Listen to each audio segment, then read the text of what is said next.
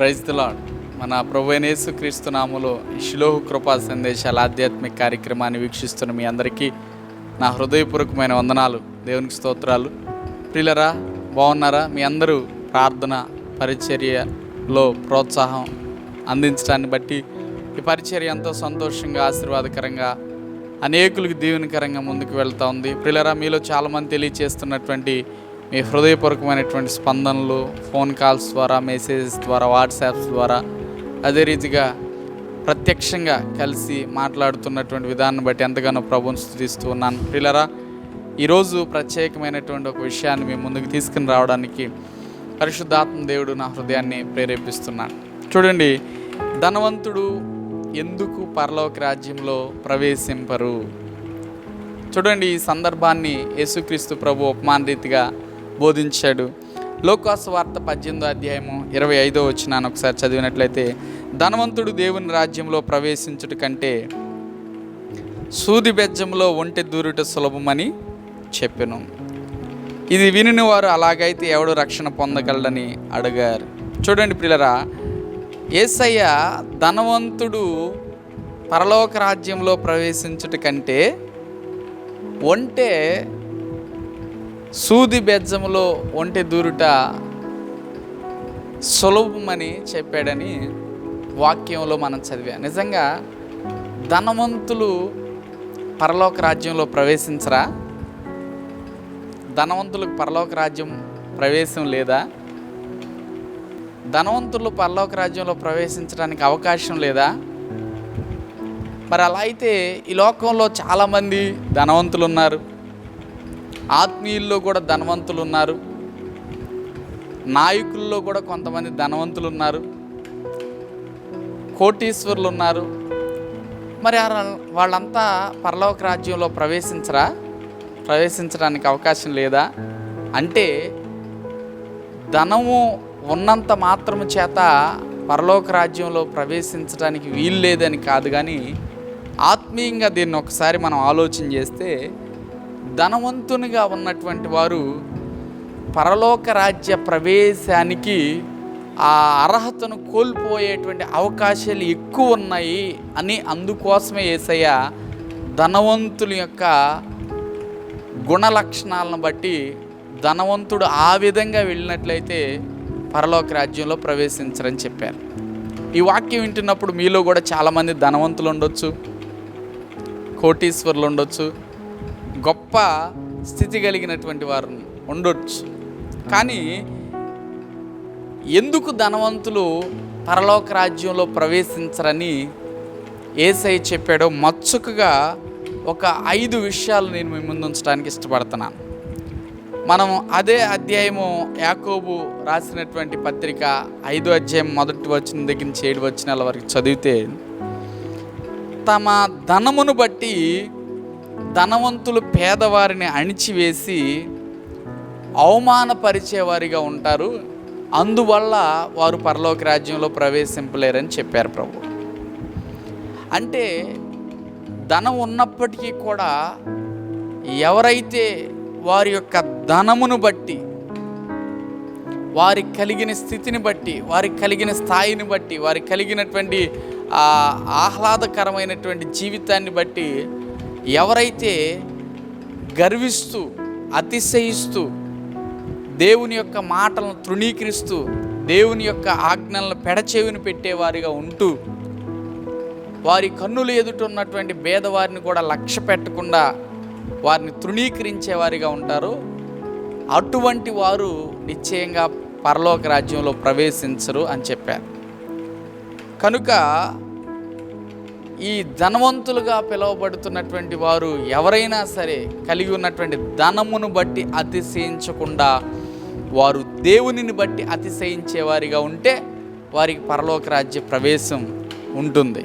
ఎందుకంటే అబ్రహాము గొప్ప ధనవంతుడు, యోబు గొప్ప ధనవంతుడు, దావీదు దేవుడి చేత బహుగా దీవించబడినటువంటి వ్యక్తి, సొలొమోను. పరిశుద్ధ గ్రంథములో ఎంతోమంది ధనవంతులు, మరి కొత్త నిబంధనలో కూడా ఎంతోమంది ధనవంతులు ఉన్నారు.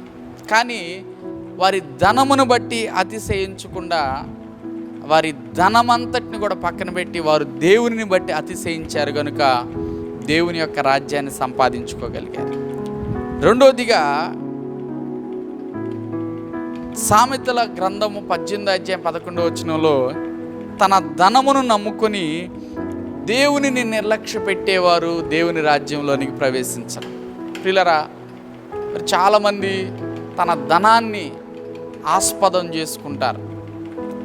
ఈ రోజుల్లో కూడా కొంతమందిని మనం గమనిస్తుంటాం. అమ్మా, దేవుని మందిరానికి రావట్లేదేంటి, దేవుని సన్నిధికి రావట్లేదేంటి, దేవుని యొక్క ఆలయంలోనికి రావట్లేదేంటి, కారణం ఏమిటి అంటే, అయ్యగారు ఈరోజు వ్యాపారం, ఆదివారం కదండి, వ్యాపారం ఉంది, ఈ ఒక్కరోజే ఫుల్గా వ్యాపారం జరుగుతుంటుంది, ఈ ఒక్కరోజు విస్తారమైనటువంటి ధనం ఆర్జించవచ్చు కాబట్టి ఈరోజు వీలు పడదు. అటువంటి వారు అంటే తమ ధనమును నమ్ముకొని దేవునిని నిర్లక్ష్య పెట్టేటువంటి వారు దేవుని రాజ్యాన్ని ప్రవేశించలేరు.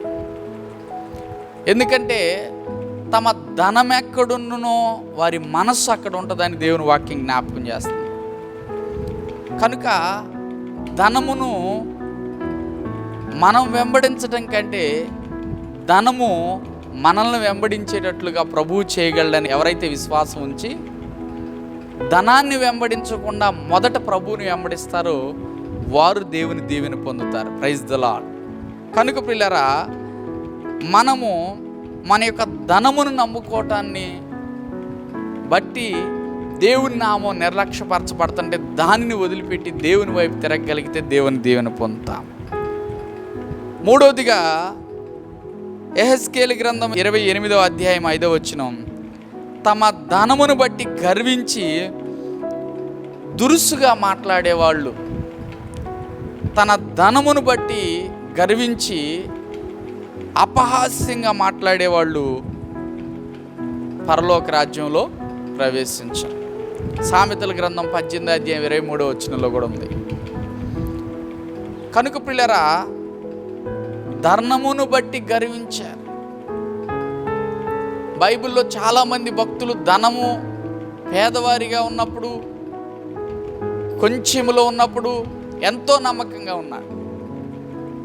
ఉదాహరణకి సౌలు జీవితం చూసుకున్నప్పుడు ప్రారంభంలో సౌలు చాలా దేవునికి నమ్మకంగా ఉన్నాడు. ఇశ్రాయేలు ప్రజలను పరిపాలించడానికి దేవునిచే ఏర్పాటు చేయబడినటువంటి మొట్టమొదటి రాజు సౌలు. దేవుడు తనకిచ్చిన 40 సంవత్సరాల పరిపాలనలో 2 సంవత్సరాలు మాత్రం దేవునికి అనుకూలంగా పరిపాలించి మిగిలిన 38 సంవత్సరాలు దేవునికి అయిష్టంగా పరిపాలన చేశాడు. కారణం ఏంటంటే ధనమును బట్టి, రాజ్యమును బట్టి అతిశయించాడు. ఈరోజు నేను అతిశయించేటువంటి వారిగా ఉంటే మనం దేవుని రాజ్యంలోనికి ప్రవేశించలేము. కనుక గర్వము, అతిశయం మనకు దూరమవును గాక యేసు నామములో.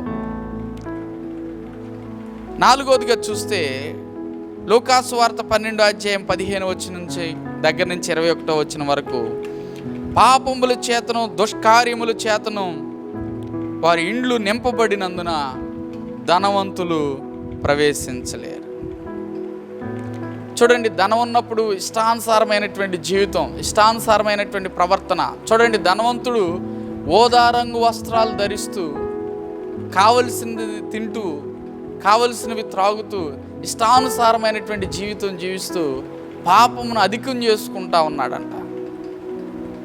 శరీరం కోరుకున్నదే, మనసు ఆశించింది, ఇష్టానుసారమైనటువంటి జీవితం జీవిస్తూ తన యొక్క ధనమును బట్టి వారి యొక్క జీవితాలను పాడు చేసుకుంటూ ఉన్నారు.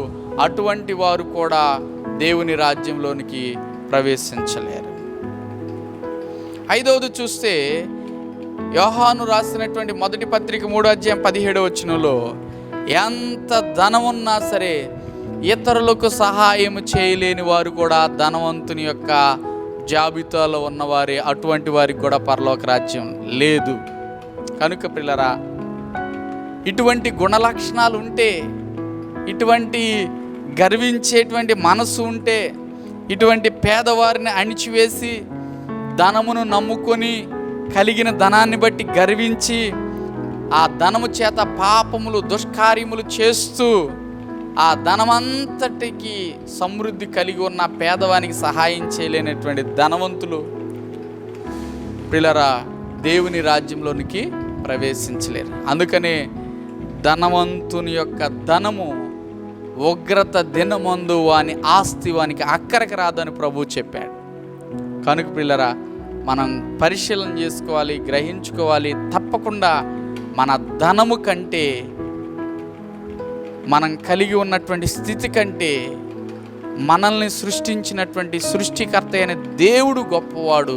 మనం ప్రభువును వెంబడిస్తే, మనం దేవుణ్ణి వెంబడిస్తే ధనం మనల్ని వెంబడిస్తుంది అనేటువంటి నమ్మిక కలిగి ఉండాలి. ఒకవేళ ధనం అంటే ఒక్క డబ్బే కాదండి, పేరును బట్టి, హోదాని బట్టి, స్థితిని బట్టి, స్థాయిని బట్టి, కొందరు గుర్రాలను బట్టి, కొందరు రథాలను బట్టి ఎలా అతిశయిస్తారో, కొందరు కులాన్ని బట్టి, కొందరు బలగాన్ని బట్టి, కొందరు చదువుని బట్టి, కలిగి ఉన్న జ్ఞానాన్ని బట్టి రకరకాలైనటువంటి అతిశయాల చేత మరి వారి యొక్క జీవితంలో అతిశయిస్తూ గర్విస్తూ ఉంటారు. అటువంటి వారందరికీ కూడా ఈ మాట వర్తిస్తుంది. అందుకనే ప్రభు చెప్పాడు, ధనవంతుడు పరలోక రాజ్యంలో ప్రవేశించుట కంటే ఒంటె సూది బెజ్జంలో దూరి వెళ్ళుట సులభమని. కనుక ఇవన్నీ కలిగి ఉంటే ఏ ధనవంతుడు కూడా, ఏ స్థితి కలిగిన వ్యక్తి కూడా పరలోక రాజ్యంలో ప్రవేశించడు. ఈ గుణలక్షణాలన్నిటిలో తన్ను తాను ఎవరైతే తగ్గించుకొని దేవుని ఎడల భయభక్తులు కలిగి ఉంటారో అటువంటి వారు దేవుని యొక్క రాజ్యంలో ప్రవేశిస్తారని పరిశుద్ధ గ్రంథం ఘోషిస్తూ ఉంది. ఈ మాటల చేత ప్రభు మిమ్మల్ని ఆదరించి బలపరచునుగాక.